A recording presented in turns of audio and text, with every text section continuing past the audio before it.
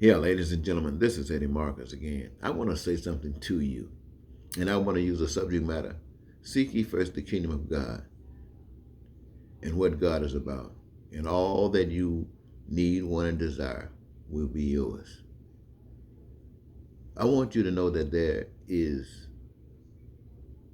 a God, and it's a God of love, and there's an anti-God.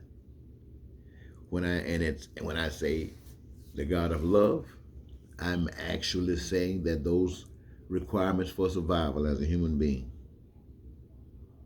everything that exists on earth has a purpose. Everything, the air, the water, the birds, the trees, the grass, everything, the rats, the worms, everything got a purpose, and so do human beings. You got a purpose.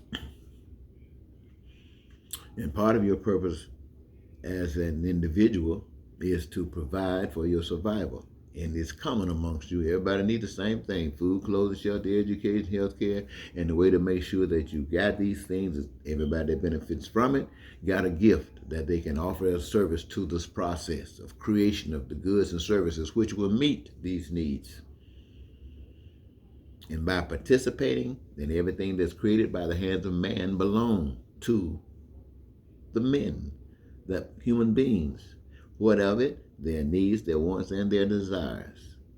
There will be, in this practice, peace, prosperity, freedom, joy in what you're doing, and your dreams being fulfilled. No lying, no cheating, no stealing, no killing, no terror, no war. And you do everything, and everything belongs to you. Now, the anti-God is different. It's based upon stealing, lying, and cheating, taking what is yours and stacking it up as theirs. They don't need it. They just stacking it up, taking it from you and stacking it up so they can hold themselves up as being special, somebody important, more important than you, because you're nobody. You're ignorant. You're dumb. You're not bold enough to be vicious. And so they are. And so they got all of the billions and the millions and the trillions and all the corporations, all the resources that God has given. And you ain't get, they don't want to give you $15 an hour. Ain't that something? Well, that's the anti-God. It's not about love. It's about separating and cheating and stealing. The evidence of it is, so you will understand what I'm saying exactly, is Donald Trump. Everything that Donald Trump has done on the scene since he came, I mean, even before then, but since everybody's been focusing on him when he started running for president, all he has been is what you have been taught your entire life as being evil and the devil and satanic.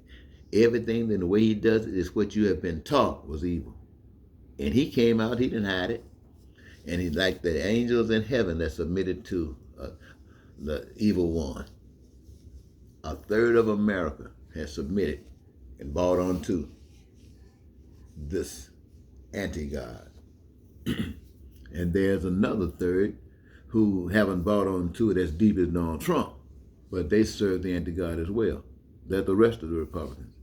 And the Democrats on the other side, they don't want to be as bad as the Republicans, but they nonetheless are just as evil. They're excuse me. And the evidence of their evilness is those that are still robbed. So the Democrats, all of them, the Republicans, all of them, the churches, all of them, all of those spiritual people, whoever you are, every last one of you, all of you are in partnership of the suffering, this poverty, the stealing that promotes crime and violence on these people and force them to do this for survival, denying them health care and education and a job.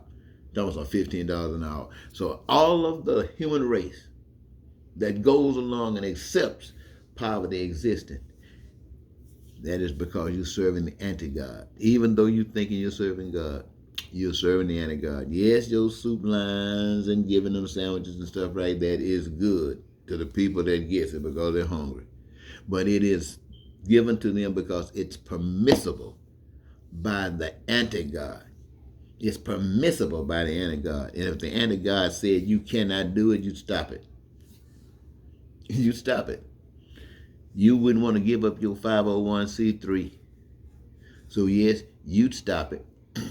You'd come up with some excuse. I would, but they won't let me. God knows my heart.